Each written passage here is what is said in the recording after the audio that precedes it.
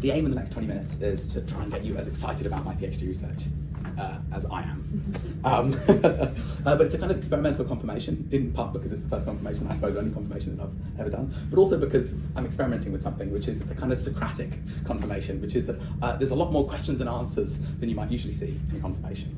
And the idea is hopefully I'll preempt you, or at least I've tried to preempt myself. So what are we going to cover today? We're going to cover what my project is, the research question, the context and theory and methodology.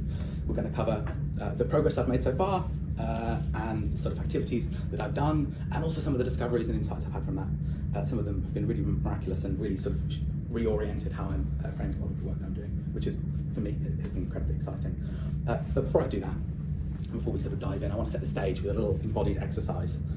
So, if you wouldn't mind, if everyone puts their hand out, and the goal is to flip your palm down.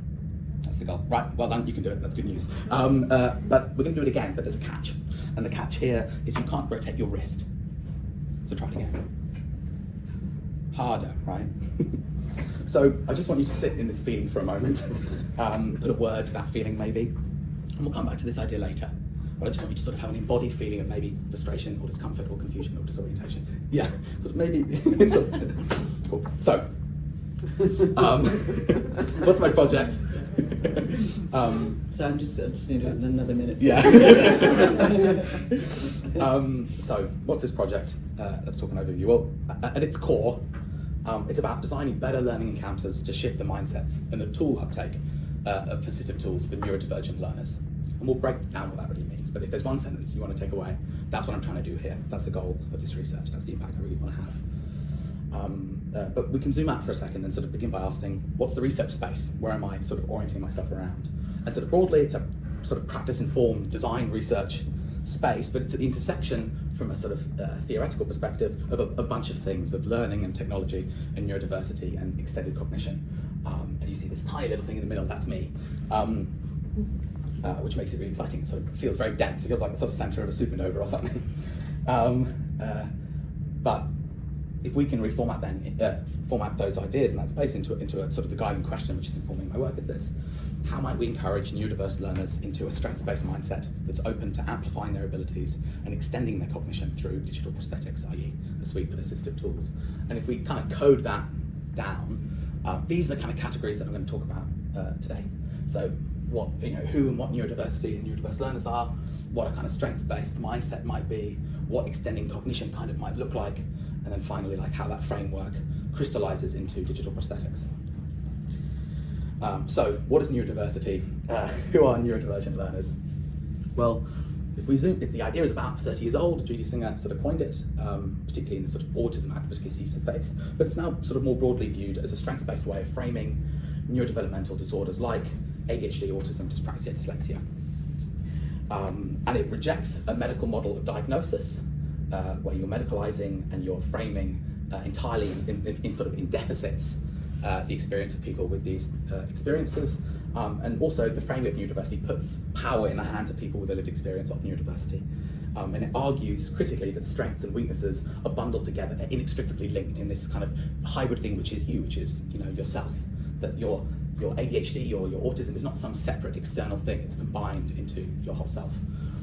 This is the platonic ideal of a person, isn't it? A neurotypical person that's perfectly average in all ways, in all parts of their cognition, all the ways that they can learn and behave. And this is the reality. The reality is we're all a bit bumpy, but for people that are neurodiverse, maybe we're more wobbly and we're more expansive than others. And so you can see there are some elements of cognition that are sort of they're sort of big peaks and troughs, right? That's kind of what neurodiversity is broadly. So why does this research matter then? And why does it matter to design for neurodivergent learners? Well, neurodivergent learners suffer terribly. They face enormous stigmatization in society. They experience poor educational environments that fail to empower them and produce really bad outcomes that are both unpleasant and also don't produce long-term developmental gains. They often experience a diminished sense of self-worth and that leads to poor general health and mental health as well. So it's really important that we do something about this. And so that kind of leads on, and who does this serve and how do we frame this kind of work? Well, in short, neurodivergent learners themselves are at the center of the knowledge that I'm trying to sort of mine in this research. It's practice-based research, and I use that research to kind of place a community of experience of neurodivergent learners, particularly those including those under the age of 18, in the centre of a wider community of understanding, and that includes these other stakeholders I'm thinking about: educators, teachers, schools, of course, parents, families, medical specialists, and ADHD coaches, for instance, we go in that category. It's worth noting here that you have to have the lived experience of neurodiversity to sit inside the community of undisparate. It's not the diagnosis. So it's maybe more expansive in that lens, but also I'm framing out some people that are either really young and can't engage with some of the workshops I'm running, or people with severe difficulties, not because their needs aren't important or aren't valid, because they don't fit inside the frame of this research. So then, what is extended cognition, and why do I think it's a really interesting approach to explore, to try and help these people? So, to explore extended cognition, I'll run a little thought experiment with you. I call it the tool line. Some of you have probably heard it before. And the question is this: what's a tool and what is you? It sounds like a kind of easy question to answer until we kind of challenge the social norms and the kind of cultural norms around it. And we see that we accept there are some tools that we consider part of self. We wear clothes that allows us to go in different environments. We wear shoes that lets us go in rugged terrain. We wear glasses that augment our vision. And when I say, well, you write that down, I don't start screaming at you because you're holding a pen, even though that's an external tool. So there's a social, sort of tacit social acceptance of some bits of technology. Well, pens are technological innovation, they're just a bit old, but they are still technological innovation of one form. And so it's really unclear, there's a fogginess to what that line is. And so I want to use all the tools at our disposal, all of those things, to create a prosthesis, a sort of glove that will fit around the unique contours of each individual in a personalised way, and will allow them to sort of expand their capacities to meet their neurotypical peers. But I want to do something more than that. I think that is actually an insufficient response, because it kind of frames based on cultural and social norms, doesn't it? The reality is something more exciting. The reality is that we can use these tools to expand beyond the average person, beyond what a neurotypical person might be able to do, or in new and unexpected ways, in delightful ways.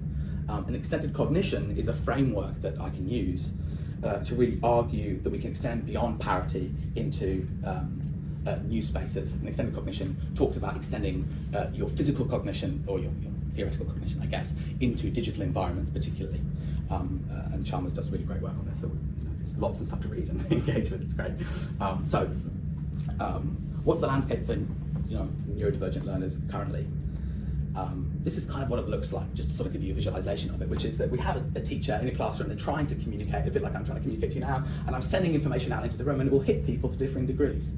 And this is sort of the ideal student, and that they're absorbing every information. I don't know if I've ever met a student like this, but supposedly this is how everyone operates.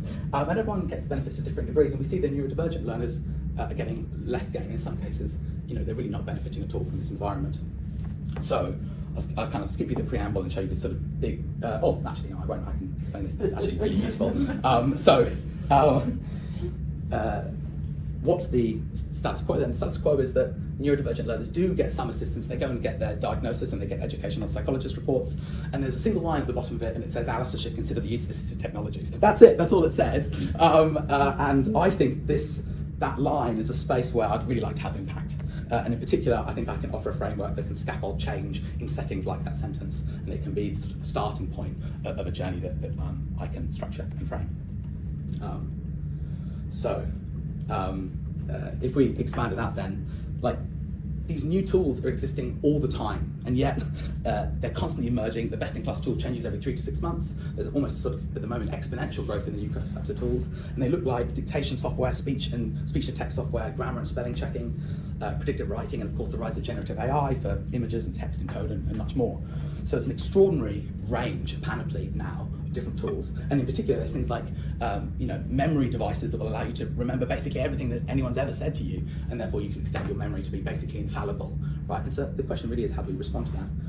And in particular though, I'd like to point this out, it's about transferring content from one medium into another.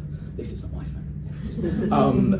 It was transferring from one medium into another, right? Into a medium that might be more effective, because we see that some person might have terrible reading comprehension but fabulous verbal comprehension. So we just switch to audiobooks and suddenly we're getting access to that heightened part of their cognition, right? So there's enormous potential there to harness. So is there a learning theory or sort of theoretical approach that can connect these tools with neurodivergent learners? Well, there is. It's called connectivism, and this is the sort of expanded, alified version, which is a digital prosthetics with post-human connectivism, which is a kind of new concoction of mine. But really, the key thing is that connectivism from 2001 is this argues that there's an emergent property in networks, which is that learning takes place when people are communicating on those networks, and that they can include digital agents as well as human ones. I've noticed this, haven't you, that when you're just with friends, suddenly you learn things and you engage with things. That's what we're really talking about here, just sometimes in digital spaces as well.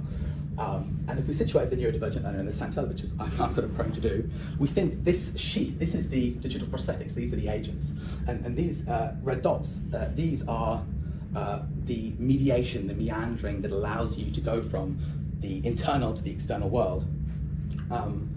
It's critical here, like we can frame these dots, like these dots basically are my research, that's the zoom in here. The rest of the stuff is the window dressing, well not window dressing, it's important, but it's not really what I'm trying to expand on here. But we can call them warm data threads if we like, we can call them boundary objects, but this is the kind of space that I'm thinking about exploring and developing. So, what's stopping neurodiverse learners accessing these tools? Well, there are a few hurdles at the moment. There are, of course, wider social norms around disability in the medical model in a kind of deficit-based way, so a lack of strengths-based. There's, of course, a lack of awareness for these tools and what the best tools are for you, because these tools need to be personalised down to the level of the individual, and they need to be updated really regularly, which often educational contexts can't service. Even at elite schools, they don't service these sorts of needs because they are really personalised and also undervalued. But I had a hunch, and the hunch, no, don't worry, a hunch that I've explored in the last year, and I think it's true, and that's that the sort of one of the underlying concerns here is mindset. It's about the stories that neurodiverse learners tell themselves. They tell themselves that they're broken. They tell themselves that to accept these tools is to accept defeat, rather than to expand into new horizons, to expand using the mindset of an extended cognition and using the framework of digital prosthetics. So they don't do that, and because they have that negative mindset, they really struggle to adopt these tools. Note here that this research isn't about assistive technology and how it works, but rather it's about why it works, what we can do to help neurodivergent learners, and how we might respond to the social changes that come with the adoption of these sorts of tools. So it's not techno-deterministic, it's not techno-utopian, although I'm optimistic. It's not assuming that these will be some fantastic solution, a panacea to all things. Instead, it's really specifically targeting how we can create spaces that really can be transformative to these people that for so long have been maligned. But of course, it benefits everyone. As you see, the logic is kind of symmetrical with neurotypical people too. We can keep expanding in that direction. Although the gains might be slightly more patchy, we're not orienting in that direction. So then let's tackle some methodologies, some methods, and some practice. What methodology do I want to use to unravel these relationships? Well, this is what I'd say. It's a kind of broadly informed by decolonial sort of feminist theory in particular. Donna Haraway comes to mind particularly. It's a post-disciplinary, participatory, post-human, practice-informed, lots of posts there, lots of P's, lots of alliterations, great, way of approaching my research. And to sort of dive into the practice-informed thing, everyone's on my panel seeing this. I love this dolphin. This is sort of my new favourite metaphor that I come up with to sort of explain how I think about my sort of practice-informed research life. And that is that if I'm the dolphin and there's a sea, an ocean of theory in front of me, I can dive down into that theory, and then the deeper I go, the more sort of rapidly I can emerge and see everything in the air in practice from a new perspective. And that practice can inform how I sort of reorient myself to dive back down into theory again. So to me, it's this constant flow back and forth that's really informed the way I'm approaching research, and also the way I'm structuring the next sort of the timeline, which we'll talk about shortly.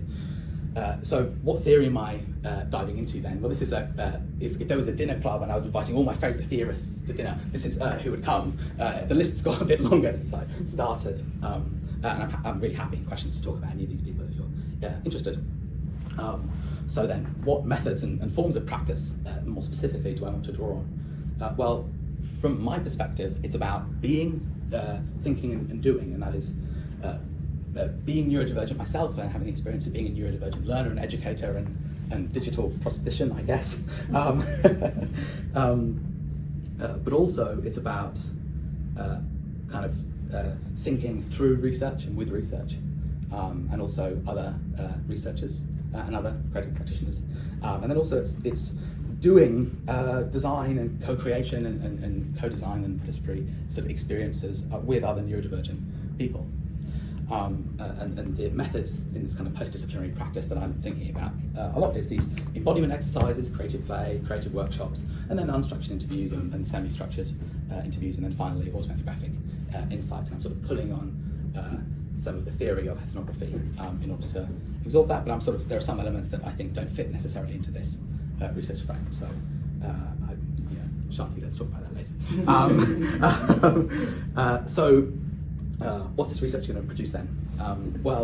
The idea really is to produce these learning encounters that shift the mindsets and tool uptake of assistive tools, and that framework is the framework I call digital prosthetics.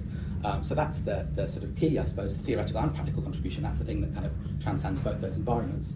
But in order to achieve that, I'm creating a few practical creative artifacts. One of them is the workshop series, and I'll explain the structure of the workshop series shortly.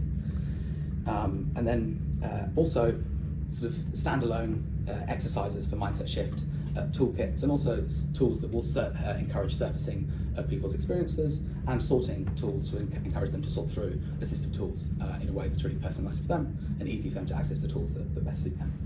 So they're the kind of outputs that I'm thinking about. So what progress have I made then? How's it gone?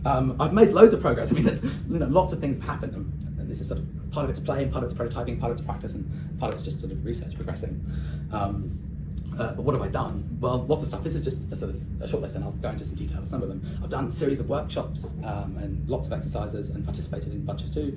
I've conducted these little assistive technology audits with various people who are neurodiverse, which has been really interesting, and it's informed how I think about some of the earlier parts of the workshops that I'm working on. I have an ongoing tutoring practice where I work with schools and neurodivergent learners outside of research. I've developed a database of assistive tools, neurodiversity.tools, which you're welcome to have access to, and that's been really useful and has been really warmly received when I mention it in the workshops that I've been running, which has been great. And I imagine will sort of sit further near the end of my research in terms of surfacing materials. And then finally, I've been experimenting with data visualization and different ways of visualizing and sort of metaphors that can help us unpack these sorts of experiences and these sorts of mindsets in different ways. So we can break down what some of the exercises have been. One of them was at Melbourne Design Week, almost a year ago now, I guess. Oh no, less than a year ago, a few months. And this workshop was a delight, and the real value I got from it was the value of loosening of abstract spaces for reflection. That was a really powerful insight, along with the power of patterns and a kind of, in particular, a kind of bricolaged sense of self. And you can see this person is really happy with this bricolaged sense of self, which is great. And this was about mindset shift and sense of purpose. But this kind of theory, it's all about like the purpose to your own cognition. So it's sort of slightly turning that logic inward, for those of you that have been to that workshop. But I think sort of the logic still continues.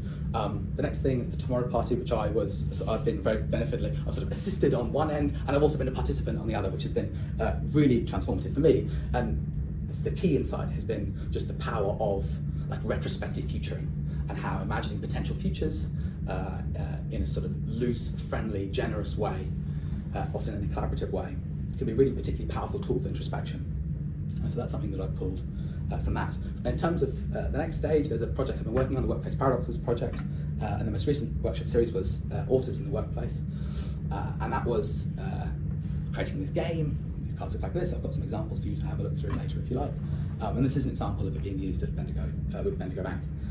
So, like, the value here I saw was the value of sharing experiences, particularly through games and through play, the power of mirroring and responding, and also the power of them being separate stages. You responding with your own experience is not the same as you mirroring and reacting to somebody else's experience and acknowledging that, and offering the tension and sort of exploring, teasing out what the distinction is there is really helpful, particularly using different sort of exercises or components of the workshop to tease out those sections. Most recently I did this workshop. This is the breakdown of the whole workshop. It's also in Neuro. And it's called Our Technology, Our Minds. It was at the Neuroability Symposium just last week. And these are some of the outputs that were produced. They're gorgeous, aren't they? And they really show that you can approach these different spaces in lots of different ways, and that different members of the neurodiverse community really need different ways of exploring and expressing their experiences. And that was really helpful to me. But again, this is how they viewed themselves. And you see some of them are sort of, some parts of people's perception of their neurodiversity is very negative or difficult or troubled, one that was really amazing was this image, and someone had cropped one of my mirroring cards to put a fire underneath it. So they felt like they were on fire as they were going on, and I thought, well, that's extraordinary. And it made me really feel, again, like the need to do this kind of work. So then what's the kind of key sort of theoretical insight from doing all this progress? Well, it's this. It's very easy to frame this work as encouraging uptake that will shift mindset. So if I can encourage you to use a spelling checker, slowly you will start to feel like you are better at spelling, right? And that will shift your mindset towards feeling like a more complete able person, a more able learner, for instance. And that sort of encourages a sense of confidence and sort of self-assuredness. And the flip side of that is that if we help people shift their mindset, then that will encourage uptake and allow them to perform more effectively to kind of normative standards, right? But the reality I realised is something else. It's something in between. It's this constant dynamic system between these two orientations, and it's about how the research is not just about uptake, not just about mindset. It's about how they play off one another. And you might call this a kind of cybernetic framing of this work, where there's this constant flow between the man and the machine, if you like. Cool. So, what's next? What's the plan?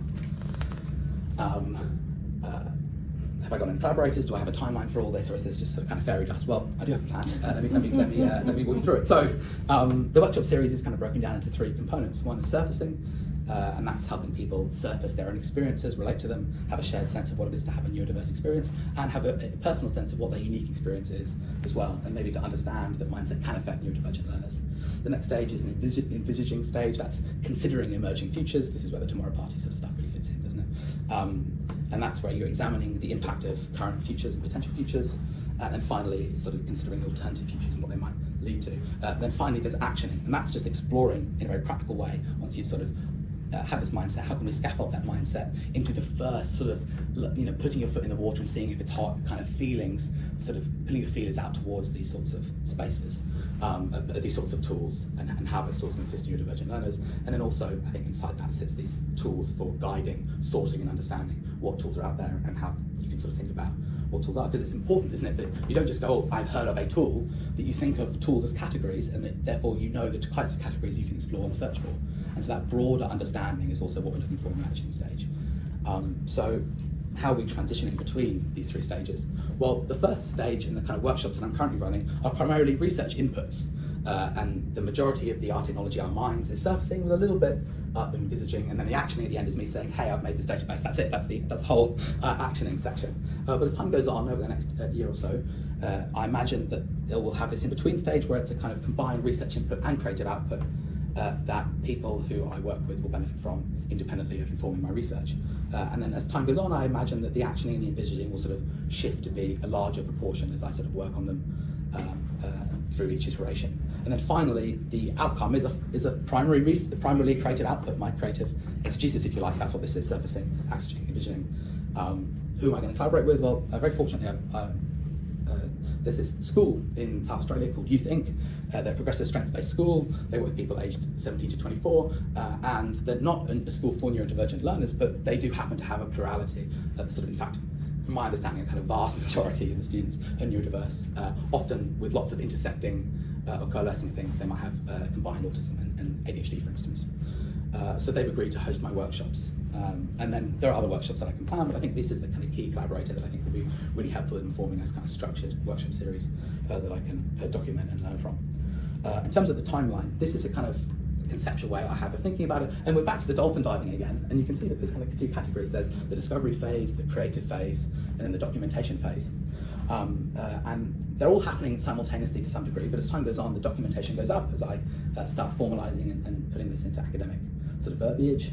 And there's this constant interplay between discovering new theory and new creative practice, and then creating materials that test and experiment with those new discoveries. And we go back and forth. And we can zoom out and see what that looks like in terms of a full timeline over the next 3 years. These are separated out by months, and we can see these 3 sections again. And this sort of, the documentation is just me doing these kind of, practice narratives and constant sort of iterative reflection and documentation. It's just a kind of ongoing thing that only sort of tails off near the end, right? I really like that I've got confirmation 1 milestone, progress review, milestone 2 returns, and then milestone 3 the final chapter, which I thought was quite funny. That's the timeline and that's the plan. So that's it. thank you very much, and let's chat. Yeah. Cool. Thank you, Alistair. Shanti or Hannah, would you like some feedback? Sure, let's chat.